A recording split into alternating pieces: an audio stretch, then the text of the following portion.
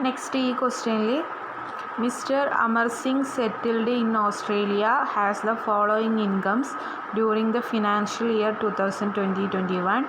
2020-21 financial ഇയറിലുള്ള mister Amar Singh ഉണ്ടാക്കിയിരിക്കുന്ന ഇൻകമാണ് 1 മുതൽ 11 വരെ കൊടുത്തിരിക്കുന്നത്. അയാൾ ഓസ്ട്രേലിയയിൽ സെറ്റിലായ ഒരു വ്യക്തിയാണ്. ഓക്കെ, തന്നിരിക്കുന്നത് പ്രീവിയസ് ഇയർ 2020-21 അയാൾ ഉണ്ടാക്കിയ ഇൻകമാണ്. അയാളുടെ ഗ്രോസ് ടോട്ടൽ ഇൻകം കമ്പ്യൂട്ട് ചെയ്യാനാണ് പറയുന്നത്. കമ്പ്യൂട്ട് ചെയ്യുന്ന സമയത്ത് അയാൾ നമ്പർ 1 ഓർഡിനറി റെസിഡൻ്റ് ആണെങ്കിൽ അയാളുടെ ഗ്രോസ് ടോട്ടൽ ഇൻകം എത്ര, നമ്പർ 2 അയാൾ നോട്ട് ഓർഡിനറി റെസിഡൻ്റ് ആണെങ്കിൽ അയാളുടെ ഗ്രോസ് ടോട്ടൽ ഇൻകം എത്ര, നമ്പർ 3 അയാൾ നോൺ റെസിഡൻ്റ് ആണെങ്കിൽ അയാളുടെ ഗ്രോസ് ടോട്ടൽ ഇൻകം എത്ര. അപ്പോൾ 3 സ്റ്റാറ്റസിലും അയാൾ വരുന്നുണ്ടെങ്കിൽ അയാൾ GTI എങ്ങനെയാണ് വരിക എന്നാണ് ക്വസ്റ്റ്യൻ. അപ്പം നമുക്ക് നോക്കാം. നമ്പർ 1 എന്ന് പറയുന്നത് എന്താണ്? Income from agriculture in Australia remitted to India 2 lakh. അതായത് അഗ്രികൾച്ചറൽ ഇൻകമാണ്.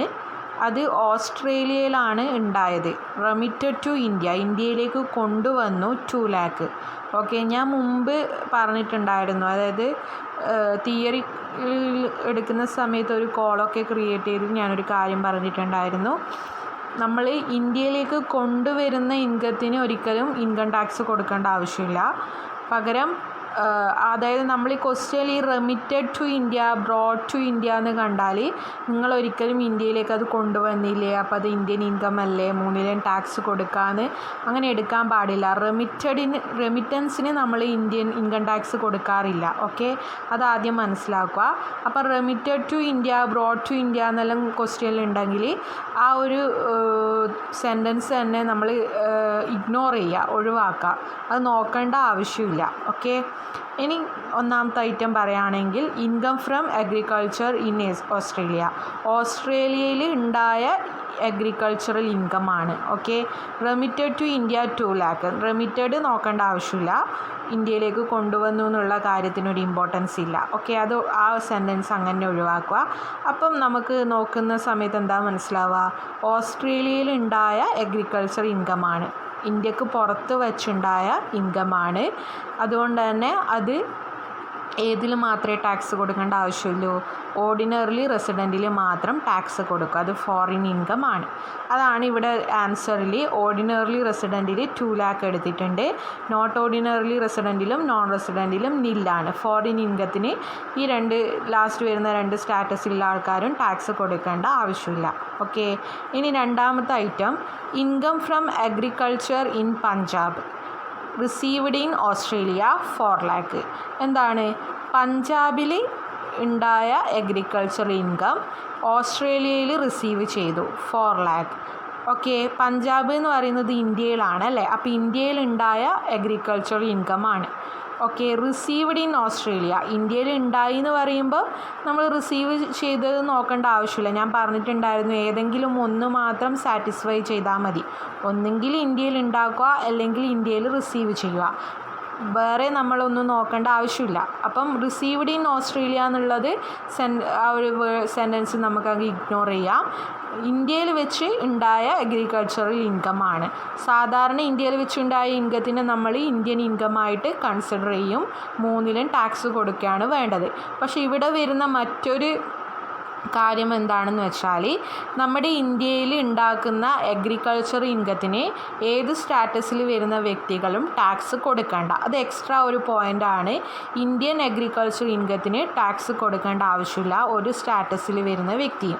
അതുകൊണ്ട് തന്നെ income from agriculture in Punjab നമുക്ക് 3 സ്റ്റാറ്റസിലും എന്ത് കൊടുക്കണ്ട? ടാക്സ് കൊടുക്കണ്ട. നിൽ എന്ന് കൊടുക്കുക. ഓക്കെ, ഇനി third item income from business in Australia received the 12 lakhs. ഓസ്ട്രേലിയയിൽ ഉള്ള ബിസിനസ്സിന് ഇൻകം ഉണ്ടായിട്ടുണ്ട്.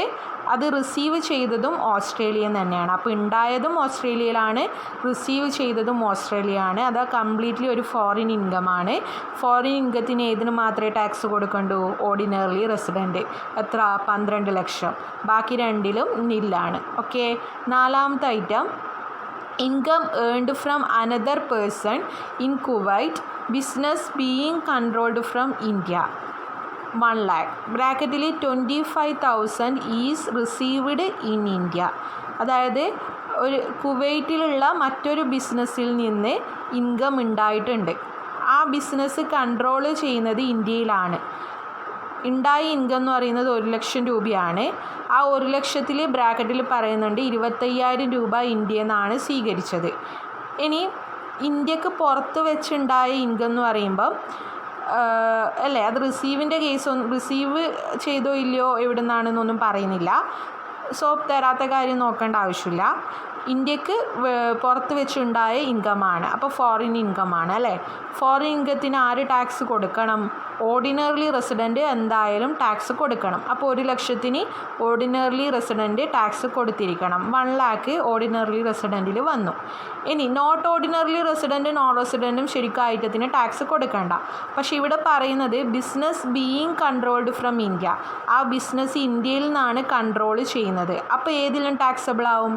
ഒരു ഫോറിൻ ഇൻകത്തിൻ്റെ ബിസിനസ്സോ പ്രൊഫഷനോ ഇന്ത്യയിൽ വെച്ച് കൺട്രോൾ ചെയ്യുന്നുണ്ടെങ്കിൽ അല്ലെങ്കിൽ സെറ്റപ്പ് ചെയ്യുന്നുണ്ടെങ്കിൽ നോട്ട് ഓർഡിനറി റെസിഡൻറ്റും അതിന് ടാക്സ് കൊടുക്കണം എന്നാണ് പഠിച്ചത്.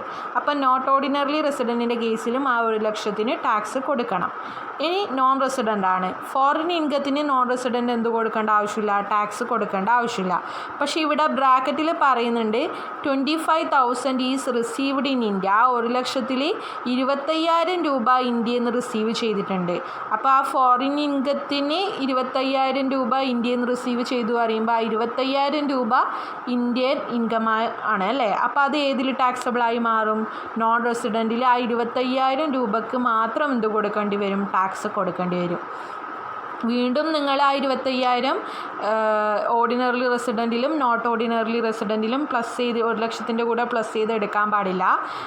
റിസീവ്ഡ് ഇൻ ഇന്ത്യ എന്ന് കണ്ടതുകൊണ്ട്. കാരണം റിസീവ്ഡ് ഇൻ ഇന്ത്യ പറഞ്ഞാൽ 3ലും ടാക്സബിൾ ആണ്. ഇവിടെ ഉദ്ദേശിക്കുന്നത് ആ 1 ലക്ഷം രൂപയിൽ 25,000 രൂപ ഇന്ത്യയിൽ നിന്ന് റിസീവ് ചെയ്തിട്ടുണ്ട് എന്നാണ്. അപ്പോൾ ആ 1 ലക്ഷം നമ്മൾ ഫുള്ളായിട്ട് ഓർഡിനറിയിലും നോട്ട് ഓർഡിനറിയിലും ടാക്സ് കൊടുത്തു കഴിഞ്ഞു. അതിൽ 25,000 രൂപയും കൂടി ഇൻക്ലൂഡഡ് ആണ്. അതിൽ ടാക്സബിളായി വന്നു. പിന്നെ നോൺ റെസിഡൻറ്റിൻ്റെ കേസിൽ നമ്മൾ ബാക്കിയുള്ള കേസൊന്നും നോക്കില്ല. ഇന്ത്യയിൽ റിസീവ് ചെയ്തു എന്ന് കണ്ടതുകൊണ്ട് ആ പറയുന്ന 1 ലക്ഷത്തിൽ 25,000 രൂപക്ക് മാത്രം നോൺ റെസിഡൻറ്റ് എന്ത് കൊടുക്കുക? ടാക്സ് കൊടുക്കുക. ഓക്കെ. ഇനി 5ാമത്തെ item dividend from an Indian company 50,000. Indian കമ്പനിയിൽ നിന്ന് കിട്ടുന്ന ഡിവിഡൻ്റാണ്. അപ്പോൾ ഇന്ത്യയിൽ നിന്ന് ഉണ്ടായ ഡിവിഡൻ്റാണ്. ഇന്ത്യൻ ഇൻകമാണ്. ഇന്ത്യൻ ഇൻകം 3ലും ടാക്സബിൾ ആണ്. പക്ഷേ ഇവിടെയുള്ള മറ്റൊരു പോയിൻ്റ് എന്ന് വെച്ചാൽ അഗ്രികൾച്ചറൽ ഇൻകം ഇൻ ഇന്ത്യ എന്നതുപോലെ തന്നെ ഒരു ഇന്ത്യൻ കമ്പനിയിൽ നിന്ന് കിട്ടുന്ന ഡിവിഡൻ്റ് ആണെങ്കിൽ ആ ഡിവിഡൻറ്റിന് 10 ലക്ഷം രൂപ വരെ ഏത് സ്റ്റാറ്റസിൽ വരുന്ന വ്യക്തിയും ടാക്സ് കൊടുക്കേണ്ട എന്നാണ്. അതൊക്കെ എക്സ്ട്രാ പറയുന്ന പോയിൻ്റാണ് കേട്ടോ. അപ്പം നേരത്തെ ഓൾറെഡി ഇന്ത്യൻ അഗ്രികൾച്ചർ ഇൻകത്തിന് ആരും ടാക്സ് കൊടുക്കണ്ട പറഞ്ഞു. അതുപോലെ തന്നെ ഇന്ത്യൻ കമ്പനിയുടെ ഡിവിഡൻറ്റിന് ഏത് സ്റ്റാറ്റസിൽ വരുന്ന വ്യക്തിയും ടാക്സ് കൊടുക്കണ്ട. 10 ലക്ഷം രൂപ വരെ ടാക്സ് കൊടുക്കാത്തൊരു ഐറ്റമാണത്. അതിനെ എക്സംപ്റ്റഡ് ഇൻകം എന്നാണ് വിളിക്കുക. ടാക്സിൽ നിന്ന് ഒഴിവാകുന്ന ഇൻകം. ഓക്കെ. അപ്പോൾ ആ 5ാമത്തെ ഐറ്റം 3ലും എന്ത് കൊടുക്കുക? നില്ല് കൊടുക്കുക. ഓക്കെ. ഇനി നെക്സ്റ്റ് 6ാമത്തത് dividend from a US company received in Australia 2,50,000. എന്താണ്? US കമ്പനിയിൽ നിന്ന് റിസീവ് ചെയ്ത US കമ്പനിയിൽ നിന്ന് ഉണ്ടാക്കിയ ഡിവിഡൻ്റാണ്. റിസീവ് ചെയ്തതും ഓസ്ട്രേലിയയിലാണ്. അതായത് ഇന്ത്യക്ക് പുറത്ത് വെച്ച് തന്നെയാണ് ഉണ്ടാക്കിയത്. അമേരിക്കയിൽ വെച്ചാണ് ഉണ്ടാക്കിയത്. ഓസ്ട്രേലിയയിൽ നിന്നാണ് റിസീവ് ചെയ്തത്. കംപ്ലീറ്റ്ലി അത് ഫോറിൻ ഇൻകമാണ്. ഏതിൽ മാത്രമേ ടാക്സ് കൊടുക്കണ്ടൂ? ഓർഡിനറി റെസിഡൻറ്റിൽ മാത്രം ടാക്സ് കൊടുക്കുക. 2,50,000 ഓർഡിനറി റെസിഡൻറ്റിൽ മാത്രം എഴുതുക. ബാക്കി 2ലും നില്ലാണ്. 7th one royalty received in Australia from Mr. Kishore, a resident in India, provided for a business in Australia 3 lakh. ഒരു റോയൽറ്റി ഓസ്ട്രേലിയയിൽ വെച്ച് റിസീവ് ചെയ്തിട്ടുണ്ട്. കിഷോറിൻ്റെ കയ്യിൽ നിന്നാണ് റിസീവ് ചെയ്തത്. അത് എന്തിനാണ് കിട്ടിയെന്ന് വെച്ചാൽ ഓസ്ട്രേലിയയിലുള്ള ഒരു ബിസിനസ്സിന് തന്നെ കിട്ടിയ റോയൽറ്റിയാണ്. അപ്പോൾ റിസീവ് ചെയ്തതും ഇന്ത്യക്ക് പുറത്ത് വെച്ചാണ്, ഉണ്ടാക്കിയതും ഇന്ത്യക്ക് പുറത്ത് വെച്ചാണ്. കാരണം ഓസ്ട്രേലിയയിലുള്ള ബിസിനസ്സിന് പകരമായിട്ട് കിട്ടിയതെന്ന് പറയുമ്പം ഉണ്ടാക്കിയതും ഓസ്ട്രേലിയയിൽ നിന്ന് തന്നെയാണ് അല്ലേ. ഇവിടെ കിഷോറിൻ്റെ റെസിഡൻഷ്യൽ സ്റ്റാറ്റസ് സ്വീകരിച്ചത് ആരിൽ നിന്നാണ്? കിഷോറിൽ നിന്നാണ്. കിഷോർ ഒരു റെസിഡൻ്റ് ആണെന്നൊക്കെ തന്നിട്ടുണ്ട്. അതൊന്നും നമുക്ക് വേണ്ട ഇൻഫർമേഷൻ അല്ല. കിഷോർ ആരോ ആയിക്കോട്ടെ, നമുക്ക് വേണ്ടത് എവിടുന്ന് റിസീവ് ചെയ്തു, എവിടുന്ന് ഉണ്ടാക്കി എന്നുള്ള കാര്യം മാത്രമാണ്. അതൊന്നും നോക്കേണ്ട ആവശ്യമില്ല. സോ രണ്ടും ഓസ്ട്രേലിയ ആയതുകൊണ്ട് തന്നെ അത് കംപ്ലീറ്റ്ലി ഒരു ഫോറിൻ ഇൻകമാണ്. ആദ്യത്തെ ഓർഡിനറി റെസിഡൻറ്റിൽ മാത്രം ടാക്സബിൾ 3 lakh എടുക്കുക, ബാക്കി രണ്ടിലും നില്ലാണ്. ഇനി 8ാമത്തെ item, profit from a business in Delhi controlled from Australia 7 lakh. ഡൽഹിയിലുള്ള ബിസിനസ്സിൽ നിന്ന് ഒരു പ്രോഫിറ്റ് കിട്ടിയിട്ടുണ്ട്. അത് ഡൽഹിയിലെ ബിസിനസ് കൺട്രോൾ ചെയ്യുന്നത് ഓസ്ട്രേലിയയിലാണ്. 7 ലക്ഷം രൂപ. ഇവിടെ ഡൽഹി എന്ന് പറയുന്നത് നമ്മുടെ ഇന്ത്യയാണ് അല്ലേ, ഇന്ത്യയിലുള്ള ഒരു സ്ഥലമാണ്. അതുകൊണ്ട് തന്നെ ഇന്ത്യൻ ഇൻകമാണ്. കാരണം ഡൽഹിയിലെ ബിസിനസ്സിൽ നിന്നുണ്ടായ പ്രോഫിറ്റ് എന്ന് പറയുമ്പം ഇന്ത്യയിൽ നിന്നാണ് ആ പ്രോഫിറ്റ് ഉണ്ടായിരിക്കുന്നത്. അപ്പം ഇന്ത്യയിൽ നിന്ന് ഏൺ ചെയ്ത ഇൻകമാണ്.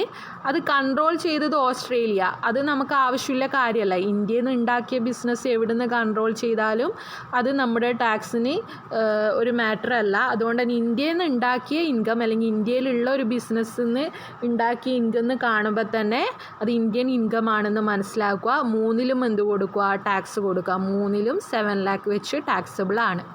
ഇനി 9ാമത്തെ item, profit on sale of building in Delhi 15 lakh. The building was sold to his friend in Australia and the amount received in Australia. ഡൽഹിയിലുള്ള ഒരു ബിൽഡിങ് സെയിൽ ചെയ്തിട്ട് 15 ലക്ഷം രൂപ പ്രോഫിറ്റ് കിട്ടിയിട്ടുണ്ട്. ആ ബിൽഡിങ് ഒരു ഫ്രണ്ടിനാണ് സെയിൽ ചെയ്തത്. ഫ്രണ്ട് ഓസ്ട്രേലിയയിലാണ്.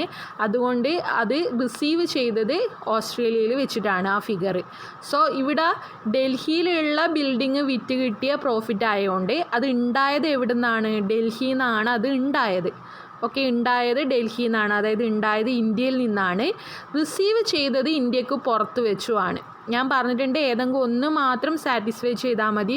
ഒന്നെങ്കിൽ ഇന്ത്യയിൽ വെച്ചുണ്ടാവുക അല്ലെങ്കിൽ ഇന്ത്യയിൽ വെച്ച് റിസീവ് ചെയ്യുക. ഇവിടെ ഇന്ത്യയിൽ വെച്ചുണ്ടായതാണ്. അതുകൊണ്ട് തന്നെ അത് ഇന്ത്യൻ ഇൻകമാണ്. റിസീവ് നോക്കേണ്ട ആവശ്യമില്ല. 3ലും ടാക്സബിൾ ആണ്. 15 ലക്ഷം രൂപ. നെക്സ്റ്റ് 10ാമത്തെ item, profit from business in Maldive. The business is controlled from Delhi. 50% of profit deposited in a bank there and 50% is remitted to India. ₹5 lakh. മാൽദീവിൽ ബിസിനസ്സിന് ഒരു പ്രോഫിറ്റ് ഉണ്ടായിട്ടുണ്ട് 5 ലക്ഷം രൂപ. ആ ബിസിനസ് കൺട്രോൾ ചെയ്യുന്നത് ഡൽഹിയിലാണ്. അതിൻ്റെ 50% ബാങ്കിൽ അവിടെ ഡെപ്പോസിറ്റ് ചെയ്തിട്ടുണ്ട് മാൽദീവിൽ തന്നെ. ആൻഡ് 50% ഇന്ത്യയിലേക്ക് കൊണ്ടുവന്നിട്ടുണ്ട്. ഞാൻ പറഞ്ഞു റെമിറ്റഡ് ടു ഇന്ത്യ, ഇന്ത്യയിലേക്ക് കൊണ്ടുവന്നു എന്നുള്ള കാര്യം നമ്മൾ നോക്കേണ്ട ആവശ്യമില്ല ഇൻകം ടാക്സിൽ. അതുപോലെ തന്നെ ബാങ്കിൽ ഡെപ്പോസിറ്റ് ചെയ്തു എന്നുള്ള കാര്യവും നോക്കേണ്ട ആവശ്യമില്ല. അപ്പം ഈ ബ്രാക്കറ്റിൽ തന്നിരിക്കുന്ന ഇൻഫർമേഷൻ നമ്മളെ കൺഫ്യൂഷൻ ആക്കാൻ വേണ്ടി തരുന്നതാണ്. അത് കംപ്ലീറ്റ്ലി ഇഗ്നോർ ചെയ്യുക. ഓക്കെ, എവിടെ നിന്ന് റിസീവ് ചെയ്തു, എവിടെ നിന്ന് ഉണ്ടാക്കി, അതിൻ്റെ കൺട്രോളൊക്കെ എവിടെയാണ് വരുന്നത്, ഇത് മാത്രം റിലേറ്റ് ചെയ്തിട്ടാണ് സ്കോപ്പ് ഓഫ് ടോട്ടൽ ഇൻകം അല്ലെങ്കിൽ ഈ ഒരു ടോട്ടൽ ഇൻകം കാണുന്നത് മുന്നോട്ട് പോകുന്നത്. സോ ആ ബ്രാക്കറ്റിലെ ഇൻഫർമേഷൻ കംപ്ലീറ്റ്ലി കട്ട് ചെയ്യുക, നോക്കേ വേണ്ട. ഇനി ബാക്കി നോക്കുക. അപ്പം മാൽദീവിലുള്ള ബിസിനസ്സാണ്. അപ്പം ഇന്ത്യക്ക് പുറത്ത് വെച്ചാണ് ആ ഇൻകം ഉണ്ടായിട്ടുള്ളത് അല്ലേ. ഇന്ത്യക്ക് പുറത്ത് വെച്ചിട്ടുള്ള ബിസിനസ്സിൽ നിന്ന് കിട്ടിയ പ്രോഫിറ്റ് എന്ന് പറയുമ്പോൾ ഇന്ത്യക്ക് പുറത്ത് വെച്ചുണ്ടായ ഇൻകമാണ്. ആ ബിസിനസ് കൺട്രോൾ ചെയ്യുന്നത് എവിടെ നിന്നാണ്, ഡൽഹിയിൽ നിന്നാണ്. ഡൽഹി മീൻസ് ഇന്ത്യയിൽ നിന്നാണ് ആ ബിസിനസ് കൺട്രോൾ ചെയ്യുന്നത്. 5 ലക്ഷം. ഇന്ത്യക്ക് പുറത്ത് വെച്ച് ഉണ്ടാക്കിയ ഇൻകം എന്ന് പറയുമ്പോൾ കംപ്ലീറ്റ്ലി അത് ഫോറിൻ ഇൻകമാണ്. റിസീവ്ഡിൻ്റെ കേസ് പറയാത്തത് കൊണ്ട് തന്നെ ഫോറിൻ ഇൻകം ഏതിൽ ടാക്സബിൾ ആണ്, ഓർഡിനറി റെസിഡൻറ്റിൽ ടാക്സബിൾ ആണ് 5 ലക്ഷം രൂപ. ഇനി രണ്ടാമത് ആ ബിസിനസ് ഇന്ത്യയിൽ നിന്ന് കൺട്രോൾ ചെയ്തു എന്ന് പറയുന്നതുകൊണ്ട്, ഫോറിൻ ഇൻകത്തിൻ്റെ ബിസിനസ് ഇന്ത്യയിൽ നിന്ന് കൺട്രോൾ ചെയ്തു എന്ന് പറയുന്നത് കൊണ്ട് ഏതിലും ടാക്സബിളായി മാറും, നോട്ട് ഓർഡിനറി റെസിഡൻറ്റിലും അതിന് ടാക്സ് കൊടുക്കണം 5 lakh. നോൺ റെസിഡൻറ്റിൻ്റെ കേസിൽ അതിന് ടാക്സ് കൊടുക്കേ വേണ്ട, കാരണം കംപ്ലീറ്റ്ലി ഫോറിൻ ഇൻകം ആണ്, നില്ലാണ്.